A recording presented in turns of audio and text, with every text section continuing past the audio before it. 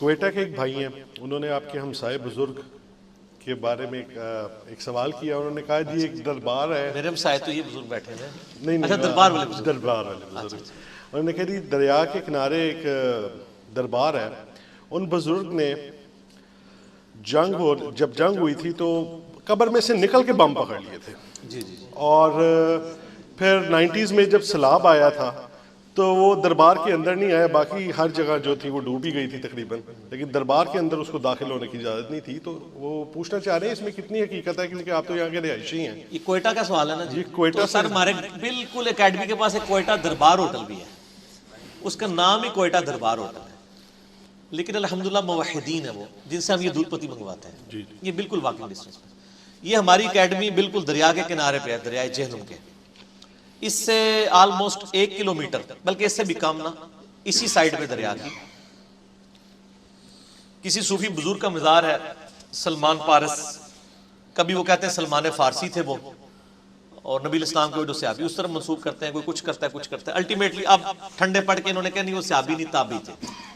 مشہور ہے، یعنی اس کی کوئی اتھینٹسٹی نہیں ہے. ان کے بارے میں ایک تو ہماری پیدائش سے پہلے کا واقعہ ہے. 1965 کی جنگ میں یہ کہتے ہیں جی وہ جو ہے نا وہ پرانے پل کے اوپر آگے اور اوپر سے انڈیا کے جہاز بم پھینکتے تھے تو وہ کیچ کر لیتے تھے. اچھا. اور یہ ایسا جھوٹ ہے جو ہر جگہ مشہور ہے. آپ سیالکوٹ کے لوگوں سے پوچھیں نا تو وہاں پہ ایک مزار ہے امام علی الحق کا. کیوں جی ہے نا سیالکوٹ والوں، ان کے بارے میں مشہور ہے کہ انہوں نے سیالکوٹ کا پل بچایا تھا. اچھا ان کو بھی پتا ہے کہ پل ہی بچانا ہے، بندے مرد رہے وہ نہیں کسی نے بچایا. اچھا جی اسی طریقے سے لاہور دربار کے بارے میں کہتے ہیں انہوں نے راوی کا پل بچایا آپ کے لاہور میں. سر صرف جہلم کا مسئلہ نہیں، تو بھی مسئلہ ہے. اور یہ ہر جگہ یعنی پورے ملک میں جہاں جہاں پل ہے نا ان پہ یعنی ان کی ڈیوٹیز ہیں یہ کہتے ہیں. تو ان سے یہ پوچھیں کہ اللہ معافی دے جن بزرگوں کے بارے میں آپ کے دعوے تھے ان بزرگوں کے مسارات کے اوپر جب خود کش حملے شروع ہوئے ہیں دہشت گردوں کی طرف سے تو وہ بم تو ان سے کو نہیں پکڑے گئے اور مزار اڑا دیے انہوں نے.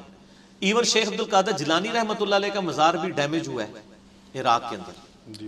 کتنے صحابہ کے مزارات شام کے اندر ڈیمیج ہوئے ہیں. اور تو اور چھوڑ دیں خانہ کعبہ شریف بھی یزید کے دور کے اندر ڈیمیج ہوا. تو یہ مطلب دنیا بقدر ایفرٹ اللہ نے رکھی. یہ اس طرح نہیں ہوتا، یہ بالکل جھوٹ بول رہے ہیں. ایسا کوئی واقعہ نہیں ہوا. 65 والا واقعہ تو سنا سنایا ہے. اس زمانے پہ اگر جیو ARY دنیا ٹی وی یا باقی چینلز ہوتے نا تو یہ واقعہ بھی نہ مشہور ہوتا. ٹھیک ہو گیا. اب یہ واقعات اس لیے مشہور ہو گئے ہیں کہ اس زمانے میں کسی نے نوٹ نہیں کیا تھا تو جھوٹ مچا دیں. بہرحال ایک واقعہ جس کی بنیاد کے اوپر میں ان سارے واقعات کو وائلیٹ کر سکتا ہوں وہ 1992 کے سیلاب کا واقعہ ہے. 1992 میں میری عمر 15 سال تھی، میں میٹرک کا اسٹوڈنٹ تھا اور ہم گرمیوں کی چھٹیوں میں اسی مزار کے اوپر جمعے والے دن جایا کرتے تھے. صبح تربوز لیے دریا میں پھینکے ٹھنڈے کر کے کھاتے تھے، مزار پہ صفائی شفائی کرتے تھے اور سارے کام کرتے تھے. یہ اچھا تو اس امید میں کہ ہمارے اوپر کوئی برا وقت آیا تو ہمارے کام آئیں گے. لیکن ہوا یہ کہ جب ان پر برا وقت آیا یعنی مزار کے اندر کیچڑ گھس گیا 1992 میں تو سر اس خادم نے اس مزار کی کیچڑ صاف کی ہوئی اپنے ہاتھوں سے. پورا جہلم کیا پوری دنیا کے بریلوی مل کے بھی قرآن پہ حلف دینا کہ یہاں پہ پانی نہیں گیا تھا تو میں کیسے مانوں. میں نے تو اس مزار کی بریلوی ہوتے ہوئے کیچڑ کی صفائی کی ہوئی ہے اور یہاں تک صفائی ہوئی ہے کہ تقریباً 8 مہینے تک مزار کے اندر والا جو پورشن تھا اس میں 4-4 فٹ تک نشان بھی رہا ہے جب تک کہ کسی بندے نے ڈسٹیمپر نہیں نیا کروا دیا. کیچڑ جب اب یعنی 4 فٹ بھرا ہوا ہو کیچڑ، ظاہر اتنا بڑا سیلاب آیا تھا منگلا ڈیم کھول دیا تھا انہوں نے. 4-4 فٹ پانی اگر 2-3 دن کھڑا رہے کسی جگہ پہ پھر جا کے وہ اپنا کیچڑ بھی چھوڑ جاتا ہے. وہ کیچڑ تو ہم نے صاف کر دیا لیکن دیوار کے اوپر ڈسٹیمپر پہ نشانات تھے. وہ نشانات 5-6 مہینے تک رہے جب تک کہ نیا ڈسٹیمپر نہیں ہوا. ٹھیک ہو گیا.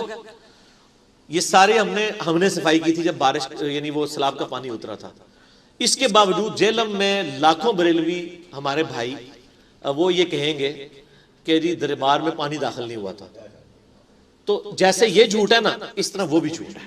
یہ جھوٹ تو ہم نے پکڑ لیا. اس زمانے میں ہم ہوتے تو انشاءاللہ تعالیٰ اگلے دن کلپ آ جاتا کہ بھائی جی اتنے تو CCTV کیمرے لگے سن. کدھر ہے یہ بات؟ یہ سب کا سب جھوٹ ہے. ہمارے 4 ملک ان کافروں کی سازش کی وجہ سے تباہ و برباد ہو گئے.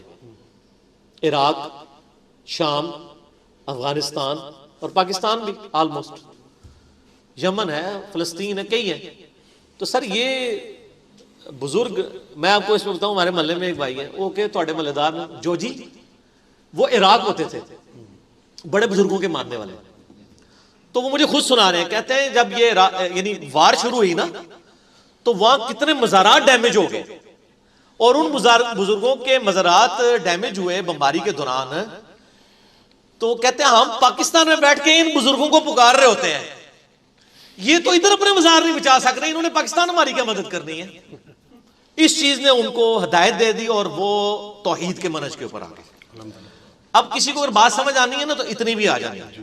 یہ وہی ہے نا، سنن نسائی کے اندر حدیث موجود ہے، اکرمہ ابن ابی جہل فتح مکہ کے موقع پہ جب بھاگ گیا، سمندر میں گیا، طوفان آیا تو سب اللہ کو پکارنا شروع ہو گئے. ان کا نبی علیہ السلام تو یہی کہتے تھے، اور ہم ان کو یہ سمجھتے، ان کا اب بتوں، ان کا بت نہیں ادھر کام آتے سر، اتنے اللہ ہی کام آتا ہے.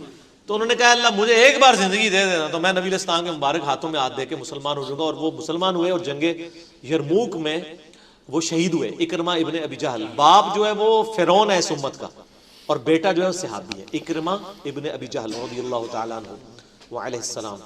تو یہ باتیں جب کلک اس زمانے میں کسی کو کرتی تھی نا تو مسلمان ہو جاتا تھا. اس زمانے میں بھی اگر کسی کو کریں گی وہ اپنے عقیدے کی اصلاح کرے گا، لیکن جس کو کلک نہیں ہوگی اس کو ہم گھوٹ کے تو کوئی اسلام، اس کے اسلام کا صحیح منہج نہیں داخل کر سکتے. میں مسلمان ان کو سمجھتا ہوں انہیں ڈی ٹریکٹ ہے، حالانکہ یہ ماشاءاللہ سب کو فتویٰ لگانے کے اوپر شعر ہوتے ہیں. میں کسی پہ فتویٰ نہیں لگاتا ہوں، میں کہتا ہوں مسلمان بھائی ہیں، ان کی اصلاح کرنی چاہیے. ٹھیک ہو گیا؟